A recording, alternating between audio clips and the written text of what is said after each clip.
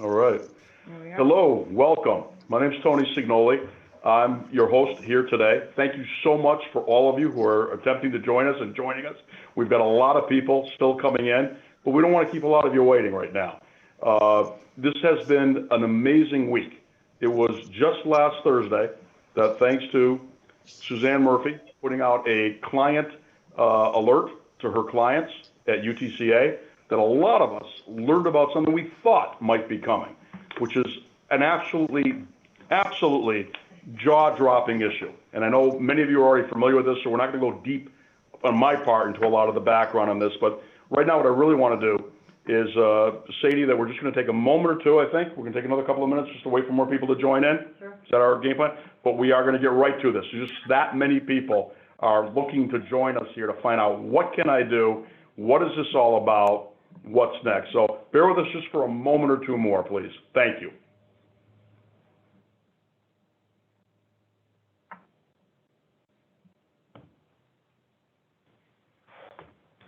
Okay.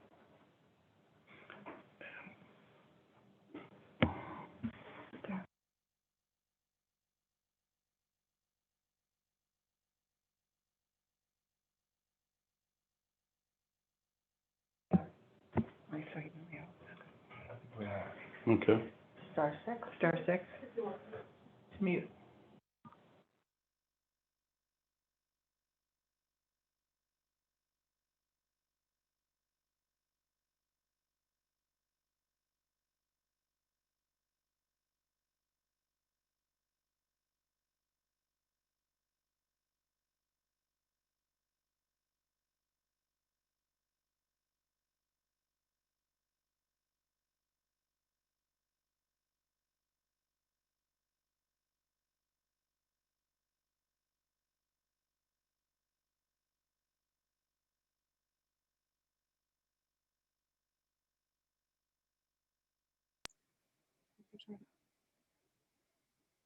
That's me.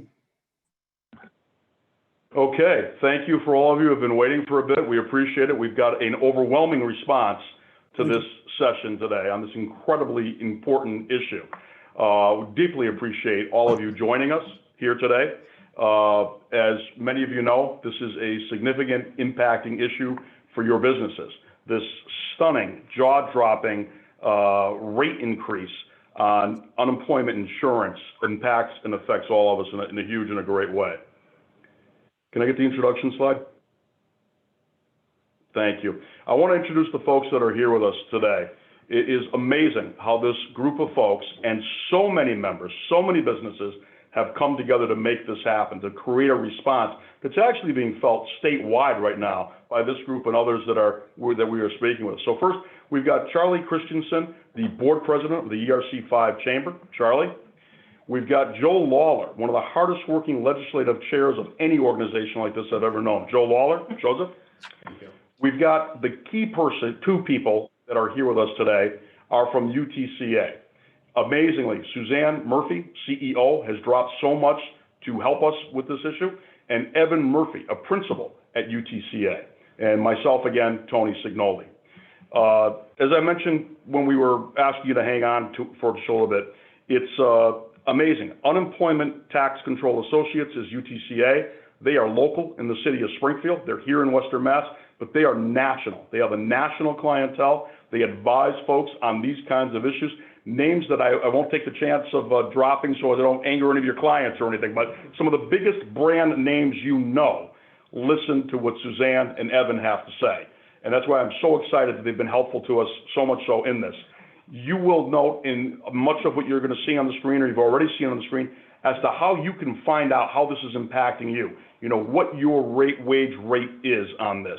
And certainly, we're looking forward to interaction with you. As you know, you can send us questions. We've got a lot of questions here already, some that Joe Lawler and Charlie will bring to the table. But first, let me do this. Let me go cut right to the chase, to the person that knows us probably better than almost anyone in America as to what this is and what's happening, and that is Suzanne Murphy. Suzanne. Well, thank you, Tony. I hope I can live up to that one. That was quite an introduction. I am delighted to be here. I'm sorry that I have to be here. Given the scenario that has taken place in Massachusetts, I can tell you, having been in the unemployment business for 30 years, I have yet to see anything like what has transpired in the last week in terms of the cumulative effect of the pandemic claims, again, unprecedented. So one of the first things I want to make very clear right from the beginning is that everybody really did, all the stakeholders in the state really did the right thing. We scrambled as employers, we scrambled, workers did what they had to do, legislators did what they had to do, the governor did what he had to do to make sure people were paid claims at a time where we really didn't know when we were going to come out of this tunnel. We were dealing with things that were unanticipated. So as a result of doing the right thing, we now are faced with a situation where the COVID claims have drained unprecedented claims filing, and nationally, and in Massachusetts, it has literally drained the trust fund. So we are projected to be at a negative $4.7 billion by the end of 2021, and we've never been there. Okay, so how do we address that? What are the things that we need to do? Well, some of that was done in terms of the Schedule E changes to kind of help employers ease into rates that they could afford without triggering to the more punitive rates. That was done. The other issue is the solvency assessment. So we had this statutory mechanism that triggered a 1,600% increase in the solvency assessment. It went from, as a result of paying historic claim levels, it went from 0.58% in 2020 to 9.23% this year for 2021. So this has resulted in drastic increases in the employer UI contribution rates. And if you go to the next slide, what we're finding out is many don't know what a solvency assessment is. What is a rate? Because are you paying that now? Are you cutting a check designated for the solvency assessment? No. If you were to look at your rate, and if you have your rate in front of you, and you go to, Evan will walk through that, you will see that the solvency assessment, the amount that was taken from your account to help return our system to solvency, because of the pandemic, has already been deducted from your account. So think of it in terms of a checking account. So you have a checking account, you have a starting balance at the beginning of the month, in this case, the end of the year, beginning of the year. Deposits are made to that checking account, and those would be your quarterly contribution reports. Now you hear contribution, it sounds like it's optional, it's not. Those are your quarterly tax payments. Those go in once a quarter, and you pay that based on a rate that's assigned based on your experience in that schedule that they just recently addressed on the first $15,000 of every employee's wages. Then you cut a check once a quarter based on the subject wages, and that goes into your account. So again, think of it as a checking account. So think of the solvency assessment as an automatic debit to your checking account. So it's not an issue of I don't want to pay this, or we're not going to pay this. It's not optional. That has already been taken out of your account. So if you look at your tax rate, and Evan will walk you through that, you will see what line where that was done and how much exactly was taken out of your account. Now, because it was taken out of your account, many accounts were dramatically reduced. Their balance was dramatically reduced. Now, if they were in good condition before the pandemic and before the things went south with our economy, then they may not be in a negative situation. However, even if they had a marginal reserves or a marginal balance in their account, the solvency factor and the deduction that took place likely put your account, or many employers' account, into a negative. So it's like having a balance in your account, you not seeing this happening, not seeing this coming. The solvency assessment amount is deducted from your account, shorting your account. So basically, your experience-rated account now has a negative balance. That negative balance then causes the rating system that was addressed earlier this year and the rate that you're going to be assigned based on your taxable wages, based on your organization, it causes that rate to go up. It has an escalation effect on your rate. Because the bottom line is you have less in your account to pay claims because of this massive deduction. So, you know, it sounds, when people talk about it, initially it sounds much more complicated than it is, and it really isn't. It's not high calculus. It's simply a matter of what is in my account, what did I have for a starting account balance. We put in my contributions quarterly. We deposit our tax payment to fund that account, and then benefit charges come out. And then what happens is the solvency comes out as well. The solvency, again, is mandated.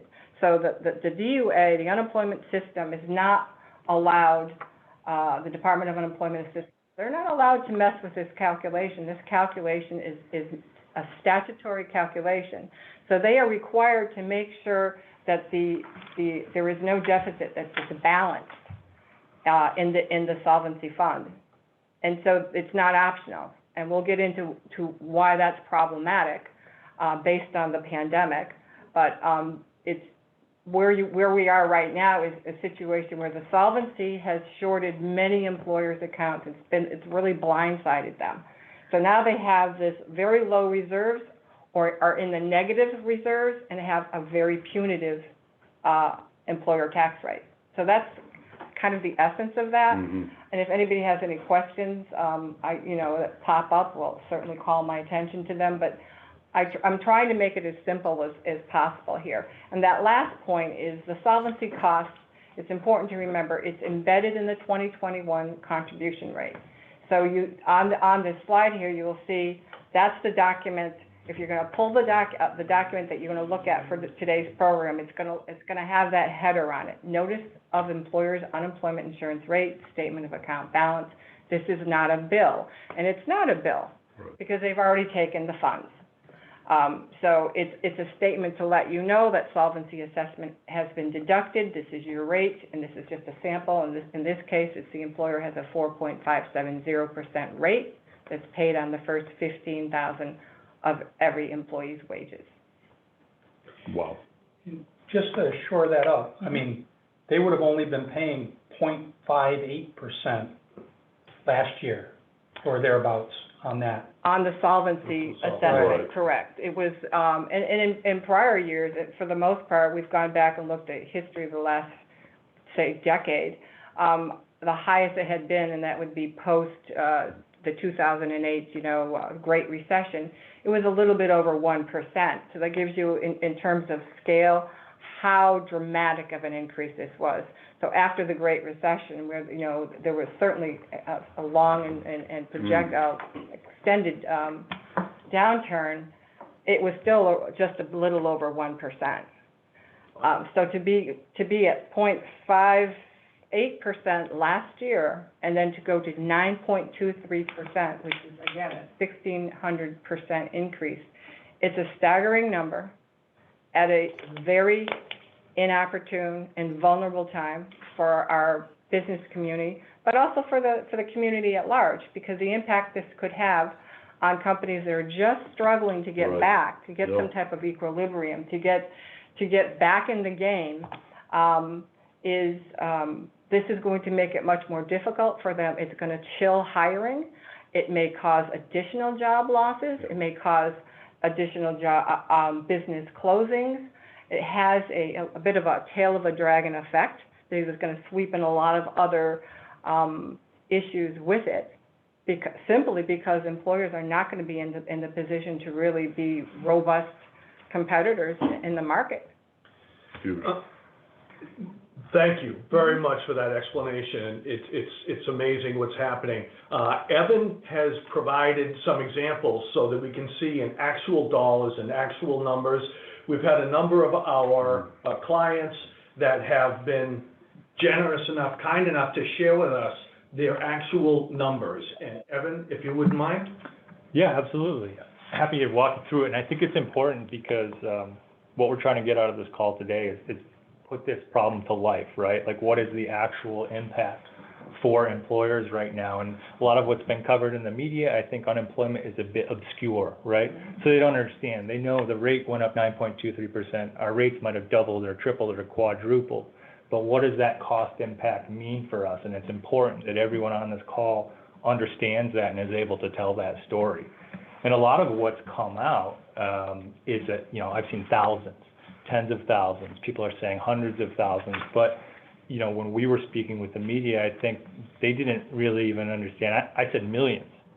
And they were like, really? I think they didn't quite believe it. But the fact is that that is the reality for a lot of employers right now. So I think we kind of gave you a little like mild and wild. We'll go to the wild one next. But right now, if you look at it, this is a fine Massachusetts employer, building products manufacturer, distributor, 30 employees. And it's important to note the backstory here is this, you know, to Suzanne's point, they did everything the right way. They had to put people on furlough. They bought them back. They were able to retain 29 employees before, 29 employees after. They did everything to be a good corporate citizen of the Commonwealth. And if you can see what's been spread out in these numbers, in 2020, they were at a 4.17 contribution rate. They ended up paying, as a result of having that, you know, that 0.58 solvency percentage, they paid $23,000 out to the state last year in unemployment.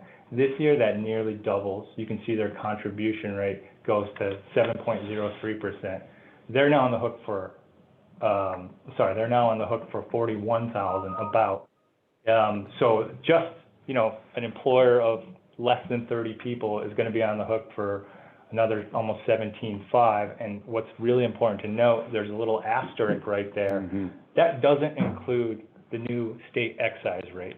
So part of that schedule freeze was the concession that was made is there's essentially going to be another, for the next 2 years, there's going to be another little percentage that the state is going to take to try to recoup these losses. And it corresponds with where your tax rate is. And in this case, I think they're going to pay probably another 0.5% on that. So, Wow. So that's mild. And I don't want to call it mild because I know emotionally to employers out there, that's not the way it feels. Sure. But to give you another real life example, this is a large banking client. And I think in this context, when they think about the resources and the money and the revenue that they have, they're just saying, well, you know, what's even $3 million for a company like this? But I think in reality, the way employers of this size look at unemployment costs, they group it the same way they group any other benefits, right? It's a per employee cost. And now, with this unemployment that they have to socialize across all of their employees, well, that's seriously going to impact their decision making, right? Where are we going to come back? You know, maybe we don't scale back to the way we were pre-pandemic. So it's a lot for them to digest, even a company with that much resources. So if you can see in this example, this employer, directly due to the solvency assessment increase, their rate is going to jump to 7%, and they are now going to be on the hook for $4.9 million, where last year it was 2.1. So they're looking at about another $2.8 million. And again, this is before that excise rate. So tack on another, 0.5 to that. If I could, I think there's a good question there, and that's come in. It says, can we sign on to our account to see if the money was taken already and what our account standing is currently? And I don't know if maybe you might answer that, Suzanne? I recognize one of the people that's inquiring. If you're a client of ours, you simply just have to go to your email, and you would have received it in the last week. It should be in your email, so it wouldn't require signing on. If you are not a client, then what you would do just yourself is get your access credentials to the DUA online portal. You should have it, or somebody in your organization would have it. Perhaps the person who handles your payroll, or your payroll company may have it. But the rates were issued last week and early part of last week, correct? It was late Tuesday afternoon, so they dropped. So you will, it'll be up there. And the instructions were, can we pop that up, Isabel? Yeah. Just real quick, the first The slide. very, there. very first slide. Registration? Yeah, Nancy says it's in your in the registration, but if you want to do it while you're watching this, there you go. That's where you can go very easily. You can download and view your notice. It's on the DUA online portal. And somebody asked, I saw it just above, whether or not they have to pay that solvency quarterly. No, you don't. You've already paid it. It has already been deducted from your account, which is why your tax rate has gone up, because you have less in your account as a proportion of your taxable payroll, your taxable wage base.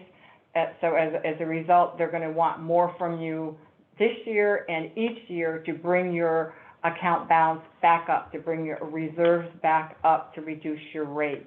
So this will not just have an impact on your rate this year, it's going to have an impact on your future rates for the foreseeable future.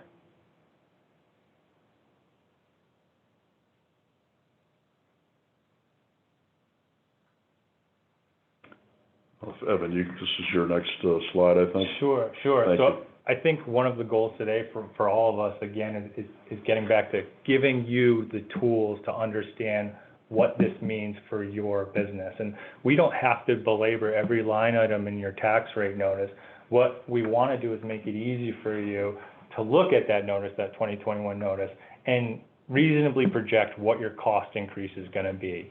And we'll go into like what we want you to do next with that later. But if you look at your 2021 tax rate notice, the way you have it right now, if you look at line item number 2, you first want to establish what did you pay in 2020, right, as your baseline. You look at line item number 2, it's going to have it issued right there. In this case, it's $6,238.04. This is a 13-employee Massachusetts company. The next thing you want to do is you want to find your 2021 taxable wages. So that's line item number 3. You'll see there's 3 years listed there. And the way they look at it, the state looks at your average annual taxable wage base. For this purpose, this is where you can have a little discretion as an employer. For a lot of people, those third-year wages are lower because it was the most recent year. And that most recent year, people's wages were down because of COVID. You can look at your company and say, hey, I think that third year, this last year, is going to be pretty indicative of where we are going to be in 2021. You can use that as a baseline. You can say, we don't really know. Maybe in that case, it's safe to use the average, the 3-year average. So that's line item number 9, right? Correct? Okay, you Correct. said 3. Okay, I just wanted to clarify that. Right. We're looking at the average wages. This is where you're going to project your percentage. So from there, you can even say, I spoke with an employer yesterday who said, we expect our wages to be more like this. We'll leave it to you to use your best estimate. In most instances, we've been using 2020 as the baseline. So take that 30-year wages, that amount, in this case, the $243,673, and then go to line item number 12, which is the contribution rate, your new contribution rate. Right. You're on the hook for this. So take those taxable wages, times it by that new contribution rate for 2021, and that's going to give you a good estimate of where your projected 2021 contributions are going to be for the year. Again, contributions, those are your tax payments. Right. Yeah, the state's making you feel like a philanthropist or something. Yeah. But, so in this instance, it's $10,495 for this employer, so their increase was $4,257.42. You can apply this to your business. The numbers are going to be a little different. If there is a situation where, you don't quite understand the calculation, or you want to say, hey, what should I use as a best estimate, we're happy to work with you and, point you in the right direction. And certainly if you're going to reduce, you're thinking you're going to pull back and you're going to be reducing your workforce a bit, then adjust that accordingly, because embedded in that third-year wages is the first $15,000 of every employee's wages, and anything over 15 is not looked at. So the reported taxable wages will be the first 15,000 of everybody's wages. So if you think you're gonna get rid of 2 employees, then back out 30,000. So that's a good kind of a thumbnail way of looking at it. Suzanne, is this impacting every organization in the Commonwealth, or are certain ones exempt? Certain ones are exempt. If you are a for-profit organization, and hopefully you're making a profit, but if you are a for-profit organization, and not 501c3 tax exempt, federal exemption certificate, then you will be subject to this. It's not optional. You'll be required to pay that solvency assessment. If you are a nonprofit and you have that exemption certificate, and for whatever reason you chose to participate in the pool, which is the tax-rated system, because you have the option of doing that, or self-funding, which most of our clients do. And the reason we make those recommendations is because they can control their own risk, and they can, self-fund if they manage their unemployment properly, and not be subject to something like this. Then those nonprofits, if they aren't self-funding, then they will be subject to everything that the for-profits are. So they will be subject to the solvency assessment. And if you are a municipality, then you are not going to be subject to this as well, unless you have chosen to be in, which is a whole different category, which is the premium-rated governmental employer, where only like similar employers, municipalities and government employers, can create their own pool. And they pay a rate based on all their wages, not the first 15,000. Not a lot of employers, there aren't a ton that do that. A lot of municipalities, most of them self-fund and then put in the programs to manage their risk, to minimize their exposure and maximize their non-tax paying status.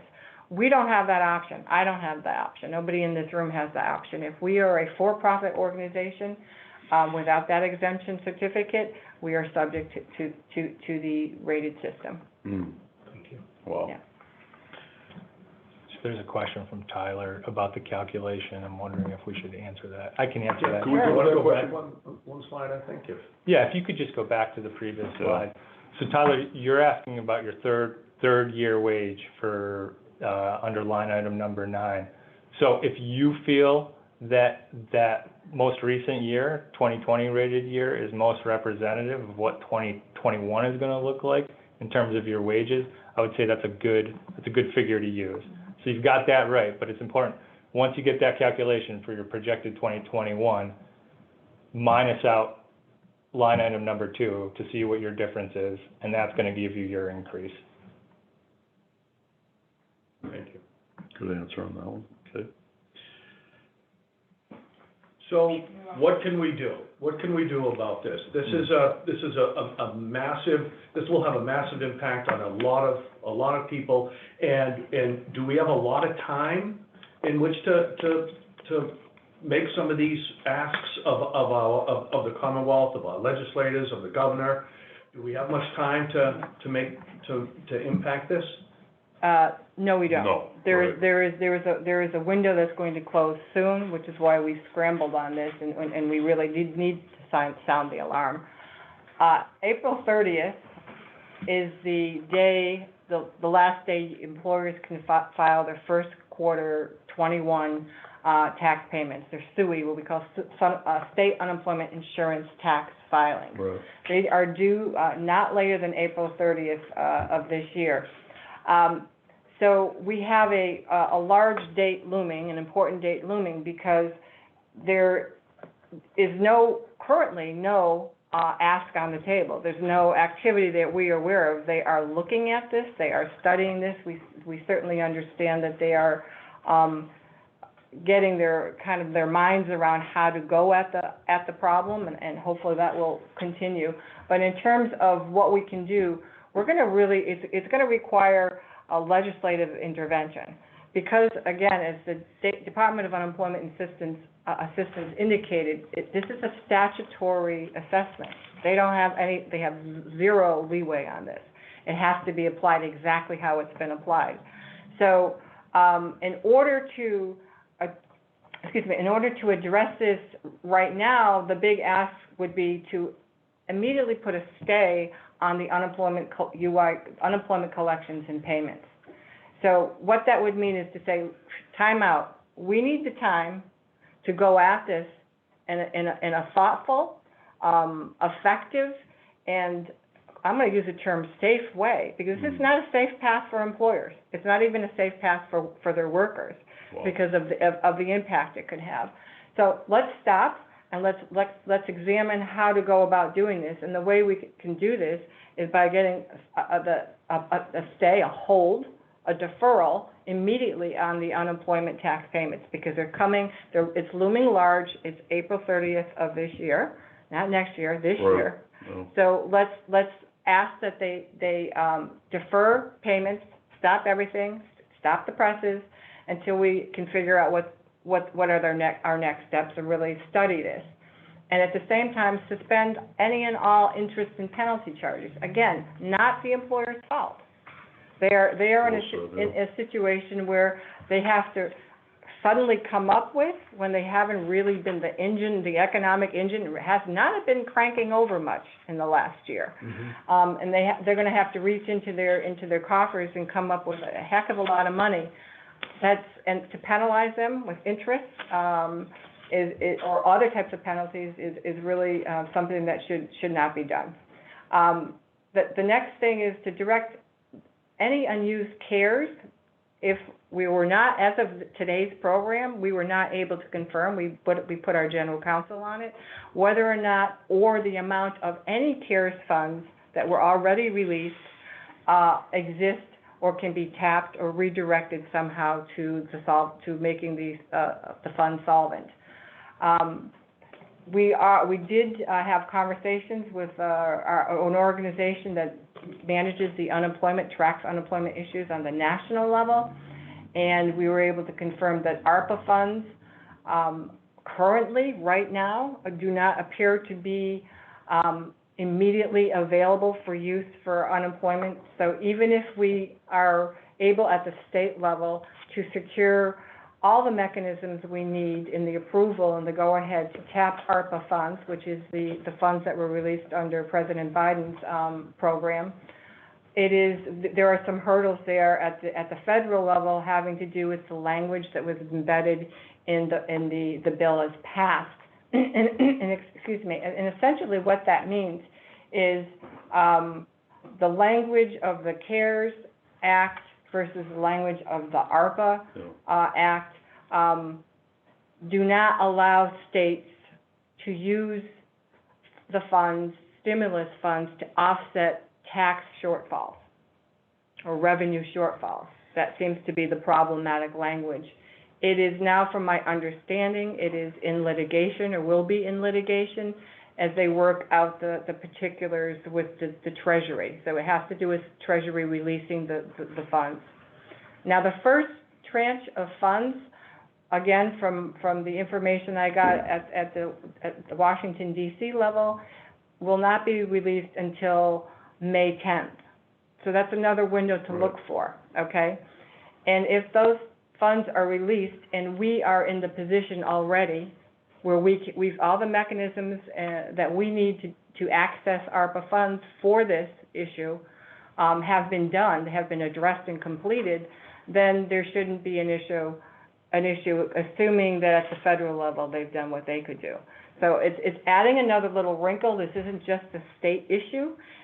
We understand the state of Maryland has already set their budget and brought their accounts solvent in anticipation of using ARPA funds. Whether or not that will come to pass, again, will depend even for Maryland on whether the hurdles, the hurdles in the provision and the language can be resolved to their benefit and to our benefit. So a lot there, kind of a big nut in terms of it's more than just Massachusetts, but Massachusetts needs to put themselves and our legislators need to put our state in a position where we are able to immediately access those funds, look at that May 10th date, and support the employers in the meantime. So the other thing is to direct any other available resources to the UI trust fund to reduce the solvency assessment, whether we have some budgetary within the Massachusetts state budget. If we have that ability to do so, it should be prioritized, most definitely. So those are essentially the immediate asks that I think would be most prudent, recognizing that number 3, having to do with what's going on at the federal level. It is assumed, I did get some fairly positive feedback yesterday evening, that there is every intent to do it and an effort to do it. So if that's the case, then we need to clear the hurdles here at the state level to make sure that we can access those funds.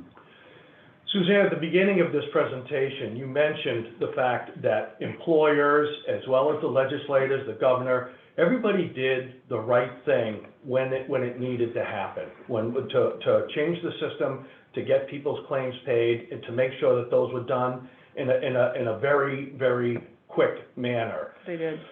Our employers, our members of the chamber, the business community, they tend to be very busy, and sometimes things like this can fall off the table. So with today being April 15th, the traditional tax day, let's make today the day that you ask your legislator to do the right thing and help offset this negative impact, help to offset the deficit in unemployment. We need everybody that's on this call to take a look and see what the impact is to your organization, share it with your legislators. We've got a number of legislators who are already on board. They've seen the impact of this, and they're taking actions to try to make this happen, but they need to hear from you, the business community, with the specifics of how it's impacting you. Let's not forget about this. It's April 15th. Yes, it's Evan's birthday, but that's not why we should do this. We should do it because it's traditional tax day, it's top of mind, and we hope that some of this information we're provided allows you to do just that. Great point. So if I could add to that, it's not just your legislators, it's your peers. Very small subset of the business community is here today. And it's up to us, because of our awareness, to make others aware that this is out there and get them to act as well. Because whatever we do here is going to pay dividends for many years to come. And if we don't make this happen, it's going to be a rough road. No. Absolutely. It's going to be a very rough road for a lot of businesses that were struggling to start the recovery. No. And this is just going to kill the momentum. Yeah, no question about it. This is one where you've got to make noise. This isn't one where a month from now or 2 months from now we say, oh my God, this is terrible. It's now. We've got 15 days to play. The legislature is in session today. We've had some grand conversations already, especially Joe, with different members of the House and the Senate. Suzanne, you've had a significant conversation, I know, with Senator Lesser. I believe his aide, Joel McAuliffe, is on the call with us today. Some of us are aware of a letter that has been sent to the governor and that is signed on to by both House and Senate majority and minority leadership. So at the top, they're getting the drift of this. And as we've seen in the media just the last couple of days, even legislators like the Speaker of the House is saying, holy smokes, yeah, we knew about it, but until it happened, and more importantly, until people in his district started calling him to say, hey, wait a second, my pizzeria, my 15-person law firm, et cetera. That's what legislators are hearing right now. And I love the way that all of you have said this already to this point. This is not the legislature's fault. This isn't the fault of government. This is, unfortunately for them, something that is now foisted on them as well. Can you imagine if you're a member of the House or the Senate, you had a general idea of what April, May, and June were looking like for your legislative agenda. Now this is put that on the back burner to a great degree because you've got folks in your district. And very much as I think Suzanne laid out very well, this isn't just employers. This is the employees too. The impact is going to be there. As Evan had shared, this trickles down. This makes a difference perhaps as to whether or not somebody comes back to where they were a year and a half ago, whether you hire someone or let someone go. We've got a lot of allies that are with us on the telephone right now too. And I know that Rick Sullivan, the executive director of the EDC, has been helpful and is working the phones, and that's important. Wanted to say thank you there. And also a great thanks to a lot of the local media here in Western Massachusetts who broke this story first. before we even saw it come out of Boston, it was our local. It was the Republican, it was Mass Live, thanks to TV 22, thanks to the others that are joining us as well, Business West, et cetera. We appreciate that. We know you're on the call right now. And that comes back to the biggest thing that I think I heard Evan say the best, that we've all been saying. Tell the story. It's go find 20 of your friends in the business community and ask them to call their legislators. That's key. You know, folks like Dave Mattson are on the call right now, an icon in news who's got a podcast, who's recording this. I know that's going to reach to a lot of folks. But what we've got to do right now is we've got to amplify this. We've got to multiply this and get more folks calling legislators, calling their friends to say, jump in here. I think we've got a few more minutes, and maybe it's possible to grab some of these questions. Suzanne, Evan, great. Yeah.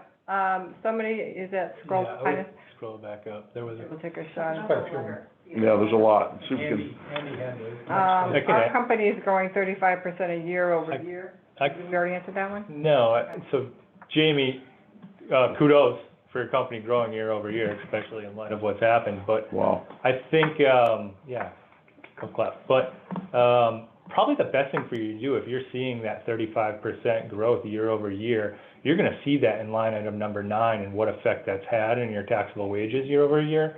So maybe you might wanna have the low end benchmark using 2020's number as a basis, but maybe then take that same rate of growth that you've seen from say 19 to 20 and apply that for 21 moving forward and use that number as well. So that way you're gonna give yourself a range. The other question is it safe to assume federal unemployment rates will follow suit, and do you know what the federal timetable is? In terms of future rates, it's not likely you're going to see an immediate increase or an adjustment, and if there is, they will continue to offer what they call the offset, because if you're current with your state unemployment insurance payments and your account, if you're current with that, then you are able to take a certain percentage offset that reduce the federal rate. But I have not heard that the federal unemployment rates are going to be adjusted. Those rates are set, and the funds from FUTA basically funds the administrative costs of running the state systems and the modernizations, the funds that have been used for modernization and things like that. Right now, we have no indication that the FUTA rates will be increased. I think for the moment, we can rest easy on that one. Certainly, if we find out there's a change, we will let our employers know. There's a great question there. I don't know, Evan, if you can take that. Am I correct in understanding that your organization's individual performance in 2020 isn't a factor? Yeah, Diana, I think that question, if I'm understanding it correctly, is your organization.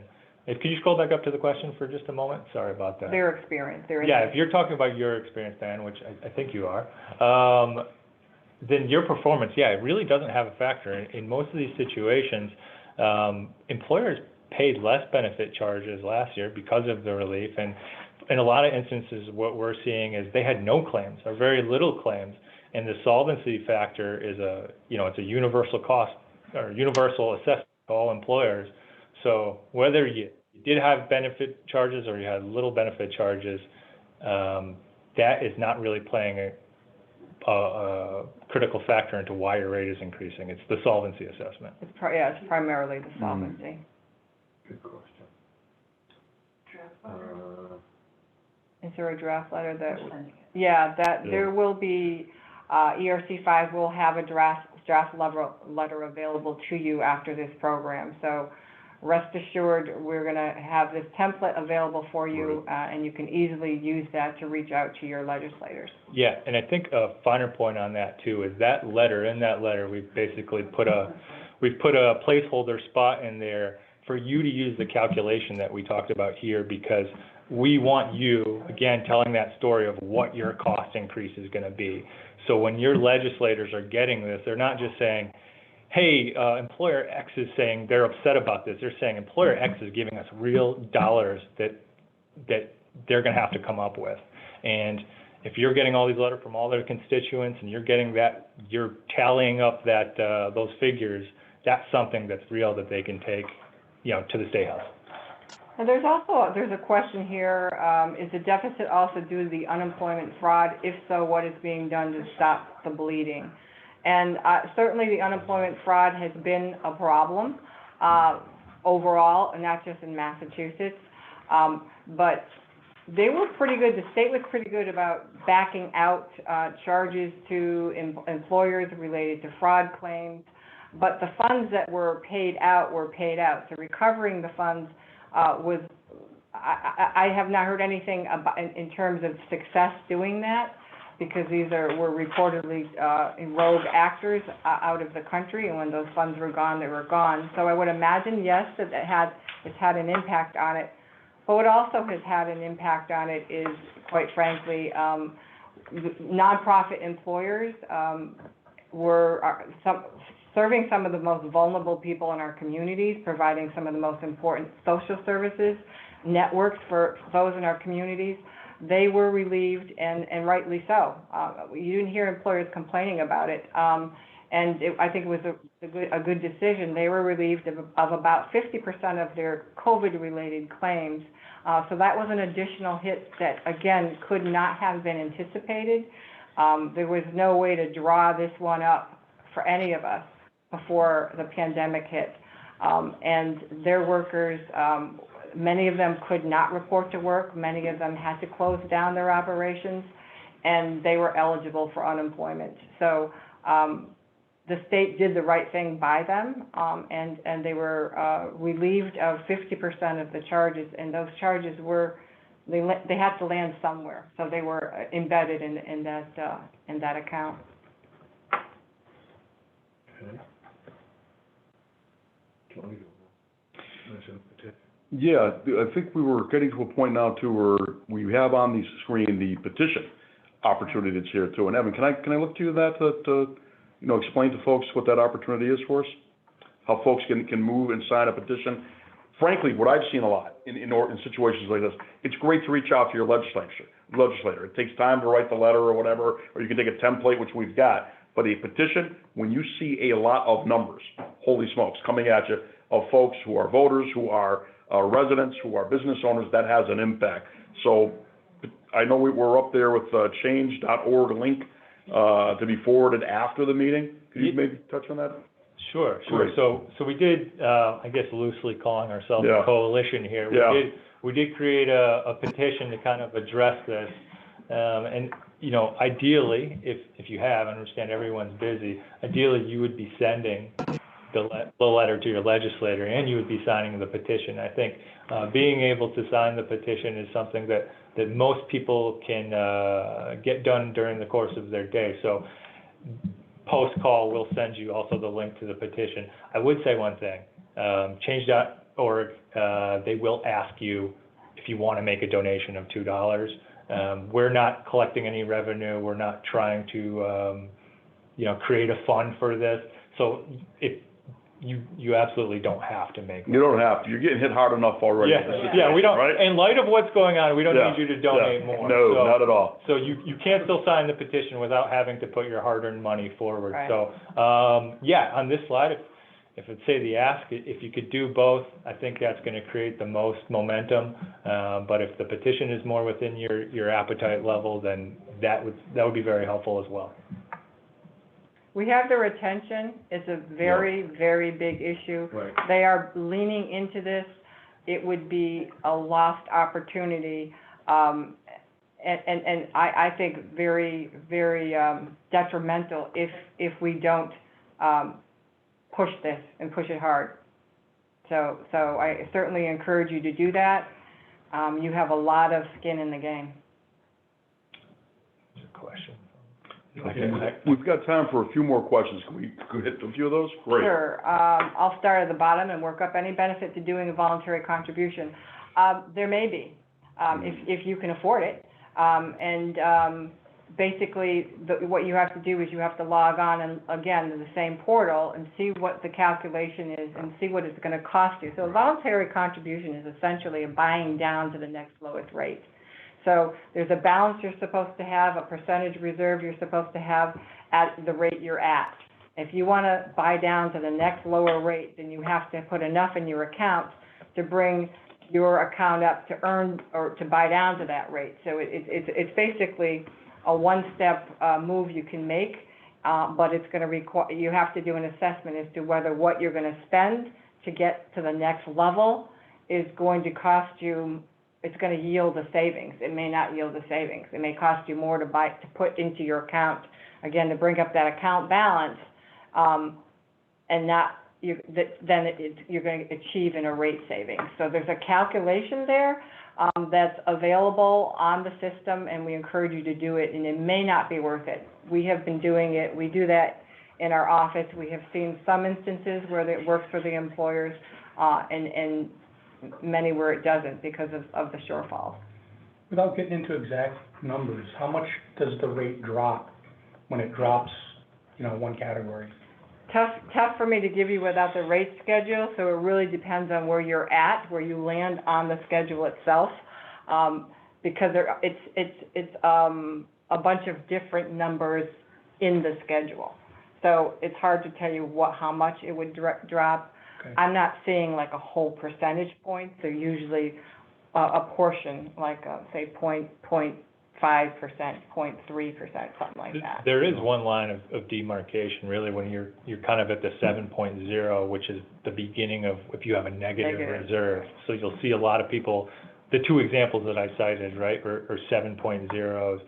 That's the beginning of the negative reserve. If you have the ability, and you might not, to buy in, she's put it, the voluntary contribution, that will buy you down to the positive reserve. And that next is, I believe it's 5.24. I don't have it all committed to memory, but that would be a positive impact to do. But it completely depends on what your reserves look like, what your contributions look like. It's different for every employer. We can't advise you universally to say, if you're at a 7.0, go ahead and do this. If you're on the cusp, essentially what I've been saying, if you're on the cusp between negative and positive, it's worth taking a look at. It's worth taking a look at, because the rate deviation, the delta is significant. It's about 2 points.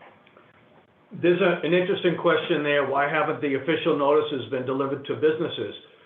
They have, yeah. It's in your calculation for unemployment. The reality is that most businesses pay those. It's just a line item, and it's part of normal business. And not a lot of attention has been called, prior to this, to the impact of the solvency assessment. That's why we're doing this and making you aware of it, because a lot of times that number isn't getting to the payers, to the decision makers.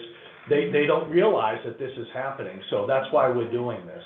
And if you're talking about the official notices, if you're talking about the actual Massachusetts tax rate notice, they are uploaded onto the portal. So you have to have access to the portal. I don't believe they're even mailing them out anymore. So if you don't have access to the portal, you're going to have to find out who in your organization or who you may have as a third party that has a credential to get that. We get them for our clients, so we download them and we push them out to our clients literally the same day that we get them. So that's an important part to know. And also, very often, as Joe said, those notices will be handled or be accessed by somebody, perhaps in HR or payroll. They look at it, it looks like it does every year. By the time it lands in the pay center of an organization, that's when it's probably going to have its greatest impact.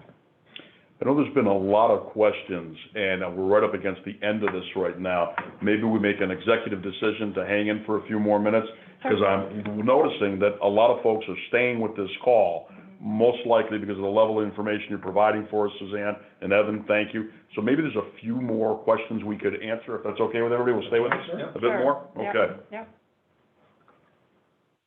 There are a lot of questions. Holy, my eyes are glazing over. So as we select a question to all the participants, this is being recorded. Yes. It will be available. The letters that we're referencing are on the ERC5 website. There'll be a link there. There's also a link there to your legislators. If you're not sure how to contact your legislators, there'll be a link there so you'll know the right people to contact. Everything you need to get involved in this fight and make it easy for you, it's all there at the ERC5.com link.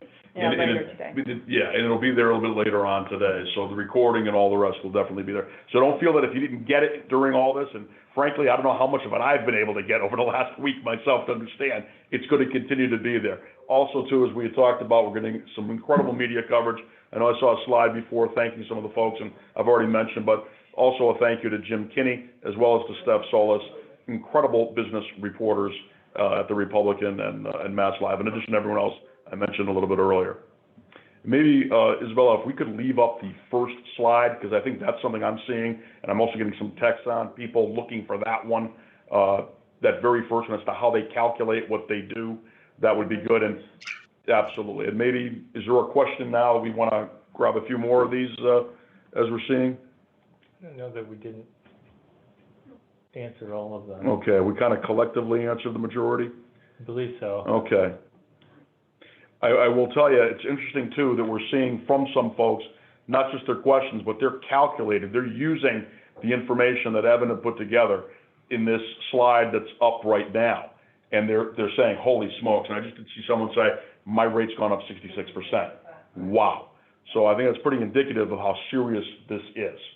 It's definitely serious. Before, one of the things we did, we reached out to this very large banking organization, very well known, national presence, have quite a footprint in the eastern part of the state, and they are just recently they announced that they were closing, I think, 3 offices as a result of the pandemic. So in areas where those jobs, that job loss was going to be felt anyway, and now to be hit with, basically over almost 3 million. 2.7 million in additional taxes for unemployment because of the solvency.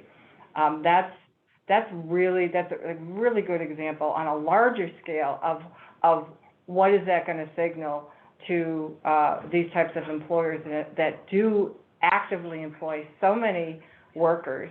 And our competitiveness. Mm-hmm. I mean, they're gonna be looking at other states. They have the options. They have the wherewithal to start thinking about contrasting Massachusetts versus other states. So from a competitive standpoint, right. Again, we really need to look at this. I think, Susan, too, the thing that makes it all the more difficult is we had no runway for this. There was nothing. We just literally found out about this a week ago, and we got 2 weeks to act to try and make this right. Yeah. So, it's a very difficult pill to swallow when, we've spent a year trying to figure out how to calculate things and make projections, and then all of a sudden we get whacked.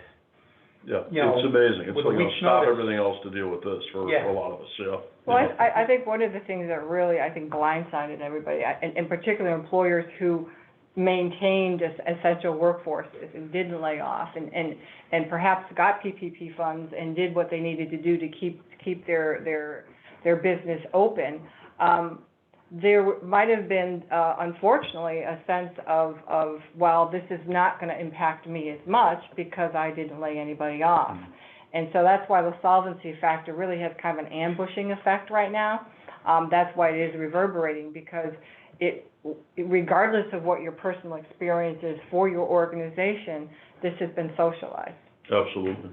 I think the ambush effect, we institutionally knew at some point this money needs to come from somewhere, right? You can't relieve unemployment claims. Massachusetts pays the highest benefit rate of anywhere else in the country. They pay 4 more weeks on state unemployment than anywhere else in the country. And so we knew, but how is this going to be, how is this effect going to be kind of socialized over the years? Because if we look even right in our surrounding states, there's been no major change in the 2021 in their tax rated years that has such a significant effect. Connecticut's fund rate is the same. Rhode Island has a balancing fund. New Hampshire did a little 0.5 surcharge in the middle of the 21 rated year. So when we're looking at it from others to benchmark what other states are doing, also we're trying to project. We're also getting all these news about the rate freeze, and the Baker administration is also researching what they can do with additional relief. And then I think that came out, and everyone said, oh, we're gonna be fine. And not realizing that this was happening, this statutory mechanism is happening behind the scenes, and I think it was exactly an ambush. We didn't have clarity on it, and there was nothing for us to think that it's gonna come out at 9.23%, 1,600% higher. When those tax rates first started coming out through the DUA, I would like to think there was someone internally that was like, really? Anybody see this? Yeah. Anybody see this? So we're seeing the impact of that now, and we're talking about the urgency now. Is there, do we think there'll be an impact of this in the absence of any relief from the government? And there's a lot of money coming to the Commonwealth from the federal government. In the absence of any relief, is this a multi-year impact, or is it just this year? Yeah, absolutely. So, the way that, and it changes, it can change throughout the year, because it's all driven on the health of the trust fund. So even if you looked last year, it was continually evolving. I think even as late as October, the solvency, they were kind of projecting at 6%. We're looking at it like, yikes, but let's see what happens. So it's hard for us to predict exactly what the solvency assessment was going to be. But if you look at this 1 year, just the effect, the damage it's going to do this year to everyone's reserves, employers are going to carry that for years and years and years.